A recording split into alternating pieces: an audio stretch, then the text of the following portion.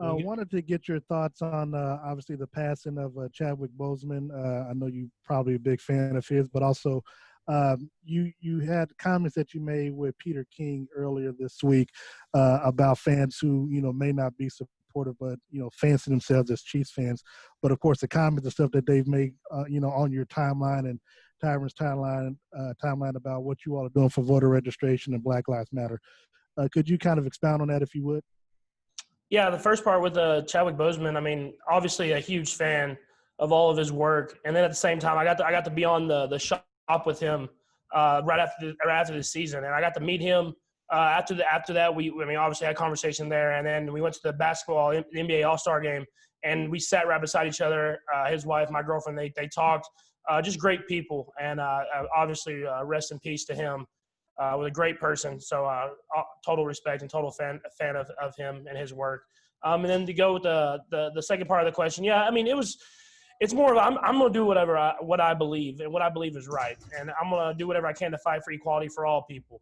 And I feel like I've shown that over this offseason. I'm going to continue that fight, and I'm not worried about people how they're going to do negative stuff back to me. I'm worried about doing what's right for humanity and making sure that all people feel equal. Let's go to Adam Teicher. Go ahead, Adam. Hey, Pat, how you doing today? Doing good. Good. Hey, a couple things. First of all, you guys have been so good offensively, particularly on opening day since you've been here, and that includes your rookie year, that game in New England.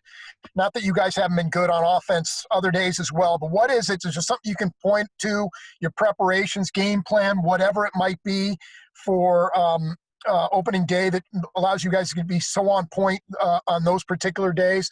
And also wanted to go back something you said after you signed your contract. You talked about the length of the contract, but you felt comfortable in part because Brett Veach you felt like was going to be here. What specifically about him do you like as far as going forward with him as the general manager? Yeah, well, the first part of your question, as far as the offense goes, I think that goes with the full team. I mean, Coach Reed runs a great training camp. I think that's a big part of it. He puts us in situations that are really game-like, which I feel like is a huge advantage, especially with no preseason games. I mean, he's putting us in these situations every single day where we might not be tackling full, but we're putting in situations where we're in third and long, third and short, trying to figure out ways to go out throughout a game and situations that you'll be a part of. So I feel like that's why we start so fast and because we're ready right out of the gate because of the training camp that coach runs. And then the second part of your question, can you say the second part of your question one more time about Veach one more time? Just when you guys hear me? Yeah, I got you. Okay, sorry.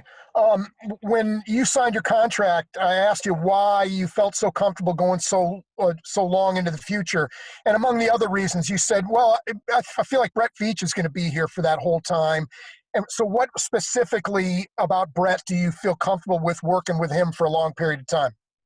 I think first off is his work ethic. I mean, he's a guy that's in the facility almost as much as Coach Reed. I mean, he's here all the time. He's watching a ton of film. And then I think it's someone that you can trust and someone that's going to tell you exactly how he feels.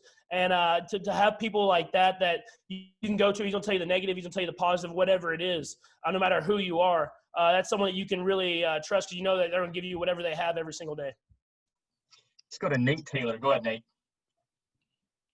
Hey, Patrick, good to see you, man. You guys are finishing up camp. We're going to get to talk to Clark right after you. I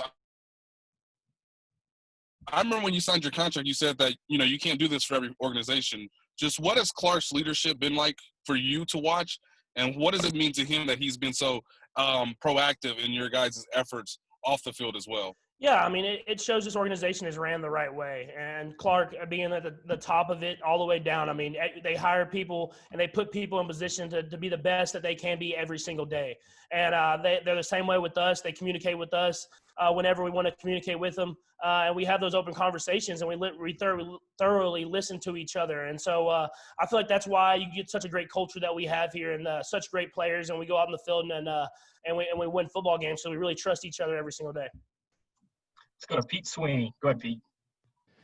Pat, on this year's Hard Knocks, we got to see some internal discussions about the social justice stuff. And one of the frustrations was just how much emphasis there is on whether or not you're going to kneel. So not asking that, but why is that so frustrating as one of the faces of the league, that there's just so much emphasis on maybe the gesture and not the message behind the gesture? I mean, I think you said exactly what it is. It's because it's became something where it's whether or not you're going to kneel instead of what the reason why the kneeling began in the beginning, which was social injustice and police brutality. And I feel like that's been the biggest thing is it's not necessarily the gesture, but we're trying to fix something. We're trying to make it where it's equal for everybody. Everybody feels safe. Everybody feels secure.